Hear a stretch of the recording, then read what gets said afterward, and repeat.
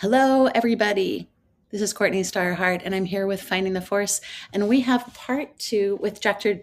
James Oshinsky, who is going to speak a little bit more this time about the therapeutic aspects of music. And if you can give us your background, your Hmm, technical, educational, academic. sure. I'm a clinical psychologist. I've been trained uh, as a psychoanalyst, but I've used that mostly for how I think diagnostically, and I'm pretty broad and eclectic for what I do therapeutically. Um, all of my psychological training mainly has to do with aspects of awareness and mental health that we can define in words. With how we think about ourselves and how we influence others with our words and our actions, but not so much with our sounds or our music. But I've also been a musician all my life, and I've been a musician that has specialized in spontaneous improvised music and music in groups. So that I've never taken off my psychologist ears when I play music. So I listen to music psychologically, and I sort of probably listen to psychotherapy sessions musically as well. Having both aspects has been really, uh, well, it's all I know. So I didn't try to get trained this way. It just sort of what happened from being a person who really loves analyzing things and also really loves letting things go and not analyzing things. So I sort of stand with a foot in both of those worlds. That's wonderful. There are a lot of doctors and therapists and psychiatrists, different healing modalities on our list. Um, so now we have the background on where you're coming from. How does it all fit together? So, say, do you do music therapy like one on one, or how do you put I them together? A lot of years ago, one of my first jobs out of graduate school was near here in Central Islip, when Central Islip still had a psychiatric center, and our my job was to work at a day treatment center, which was people who were on their way out of the hospital or perhaps on the way into the hospital, but not if we could help it. Mm. Um, and so it was a day school for folks who had a lot of chronic, serious mental health issues. And among the things that we had was a dance therapist and we had an art therapist, but we didn't have a music therapist, but we had a lot of music therapy equipment. So I started a music therapy group, and I went over to a neighboring um, psychiatric center for supervision. So I wouldn't be doing music therapy without knowing, what I was all about. Um, and that was the sort of the beginning of formal music therapy. But I was also using music for my own healing throughout. I'm the kind of musician where, I mean, why do we play blues? We play blues because there's some personal injury that we can transcend by singing about how awful the experience is. Except it feels great to sing about how awful it is, and we're transformed by expressing it. The energy is shifted by our making music and sound. And I mean, you could probably take all sorts of different approaches to making music. You can take an inside out approach, which is what I always feel I gravitate to. Feel it, sing it, play it, from the inside out. But there are also musicians whose music I really admire, and I would try to imitate them. So that's sort of from the outside in, where I would hear B.B. King play, or I'd hear Jimi Hendrix or Eric Clapton play, or Michael Hedges play. And I'd say, I wish I could sound like that. Let me give that my best shot. And sometimes because there was something fancy they were doing technically, but more because there was something that got transmitted through the emotion of the music that spoke to me. And I wanted that vehicle. I wanted to be able to express what that music was expressing anytime I wanted to, as and claim it as part of me, rather than have to put on a particular recording in order to get there. So I think among my first distinctions in music therapy and music making is like in writing.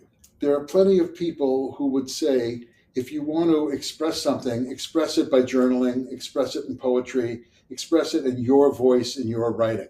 And that's from the inside out. And there are also people who do bibliotherapy, who look to find authors who've been there and who've said something really important. And then they recommend those things to somebody who's going through an experience of bereavement or an experience of a spouse with a serious mental illness or whatever it happens to be.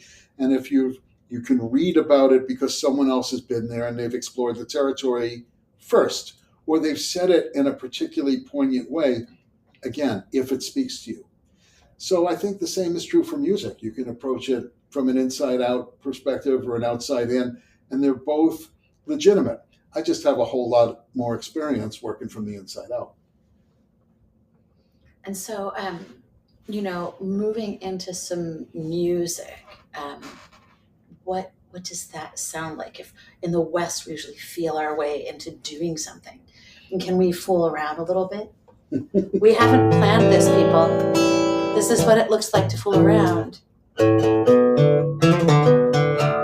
Music therapy by the fire.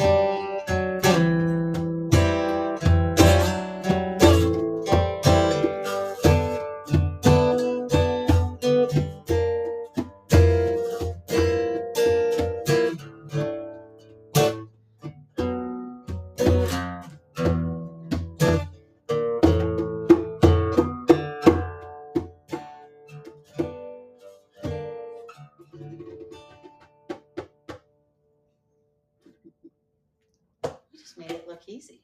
Well, we were just talking about blues. Right. So it's easy to go right there. And I mean, what you see I could be making my own music, but as soon as there are two people, there's some kind of coordination or conversation that goes on. So there's that nice 1, 2, 3, 1, 2, 3, 1, and you were right in it. So then whatever I was going to play, I was going to try to play it in such a way that both of us could be heard. So, and I wasn't going to surprise you. And I wasn't going to try to out drum you because I could easily be louder. Oh, with that, absolutely. There's a scene in a Marx Brothers movie, I don't remember which one it is, where two characters dressed identically meet in a doorway, and they pretend to be each other's mirror image. And I'll do that in music workshops with a partner. We'll set it up so that we're going to exactly shadow each other. And I do it in movement first, but the next layer of it is to do it in sound, so that wherever one person is going, the other person goes, and you're entirely lending yourself to the other person's expression. So you're not listening to them and then singing what they sing. You're trying to sing exactly what they're singing in real time, in the same time that they're doing it. It's not simple.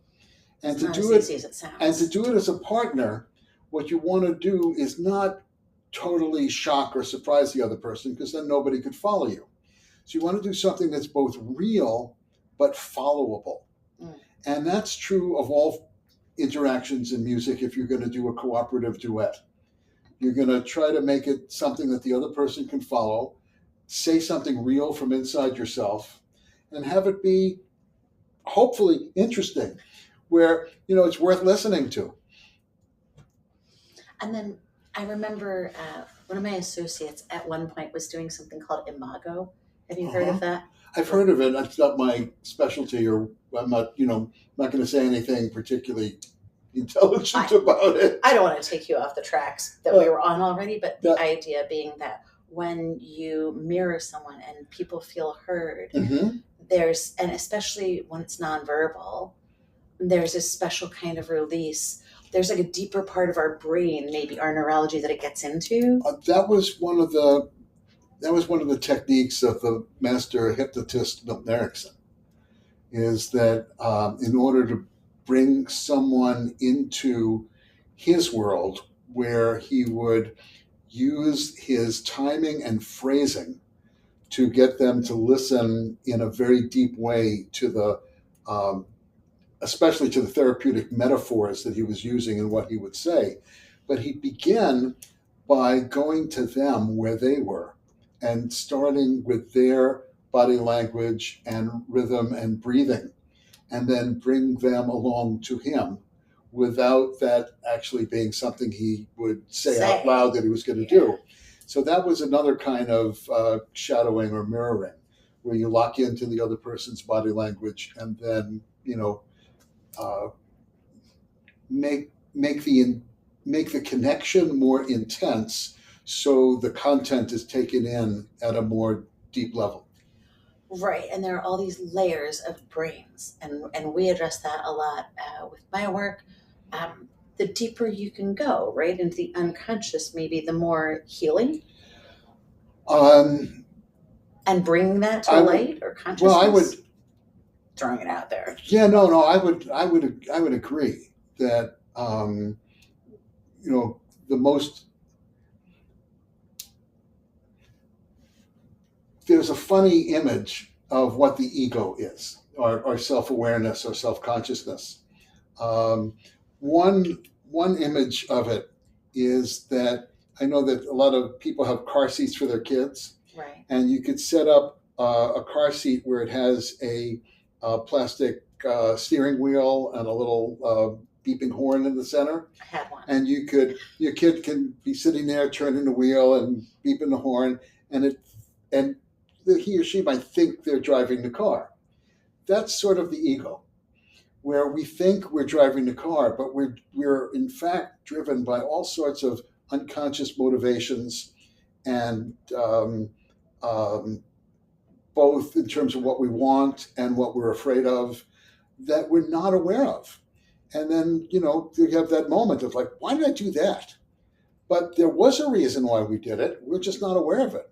And the more of that unconscious aspect of ourselves that we can bring out, the better. I mean, because it makes us more complete. There's a question with music about whether what music can express is ever going to be expressible in words. And I guess for some people for whom words are really important, trying to capture whatever Beethoven was saying, or whatever Dave Matthews was saying, or anybody, to do that in words is important. And for other people, myself, for example, I let those worlds be separate. Right. Where whatever music says, it's important to let it be music, and then to try to reduce it to something that is expressible in words. Words are heard differently than music is heard. Music is heard really globally. There's an atmosphere to the music. And that's not necessarily the case with words. Words are very linear. We have to process them in time because they unfold in our listening in time. But if I play music, what you hear, there may be an event like, but it's taking place in a really enduring harmonic context that I've set up by playing the chord first. That melody didn't exist separate from the chord.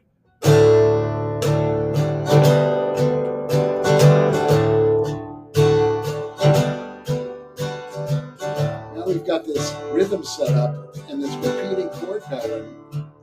And if a song comes out,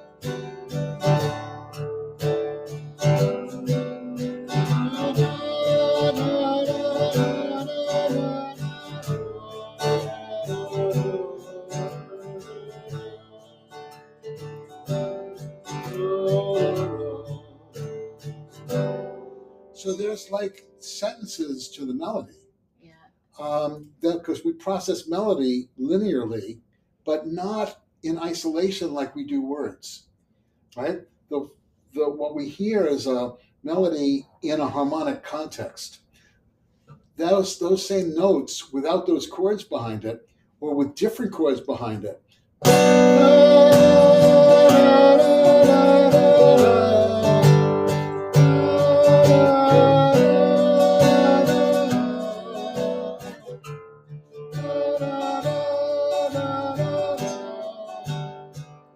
Same notes, but it has entirely different meaning because of the harmonic context. We don't have that as easily with words. That pretty much says it all. Yeah, I mean. Well, for me, what makes music special, what makes music helpful for emotional expression, is its ability to express things that defy expression in words. Now, for a lot of verbal-oriented psychotherapists, our stock in trade is our words. Most of the people I see in my office, I'm talking to them or I'm listening to them. I'm not singing to them and I'm not playing music to them. Although there have been rare people who've been referred to me because they were musicians or because there was some place they wanted to go in sound that they knew about in advance. They wanted to make that part of a therapy. So I'm prepared to do that, but I don't, that's not most of my work. That's some tiny percentage of my work for that unique person for whom that is their chosen modality.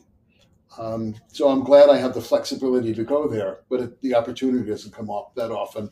And I don't, it's not something I would push on anyone. But if someone is out there who's a therapist or a doctor or a holistic health practitioner, it might be great for them to come to the Music for People workshop so that they can learn for their own purposes. Well, this is the question. What would a therapist, a psychiatrist, psychologist, mental health nurse, holistic practitioner, what would they learn from a Music for People workshop where most of the event is going to say nothing specific about health or healing, right? It's just going to be community, spontaneous music making. What will happen is that you can see what aspects of people have the freedom to be expressed when they have an environment that provides a lot of the same things that therapy provides structure and safety. And structure and safety leads to comfort with risk-taking.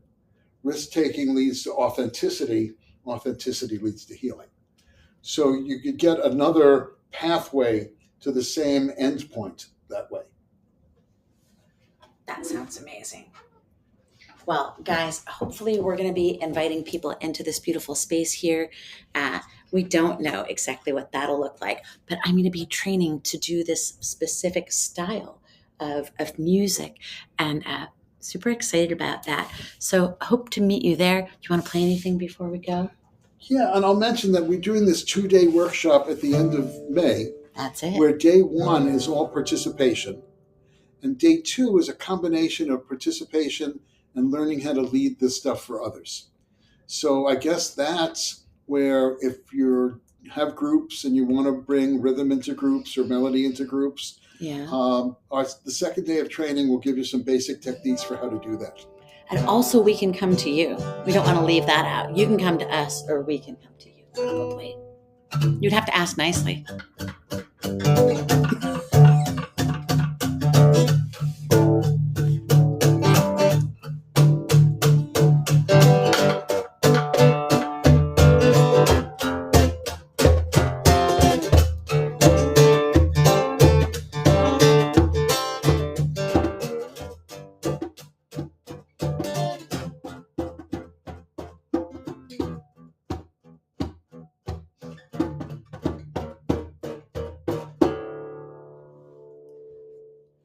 Boom.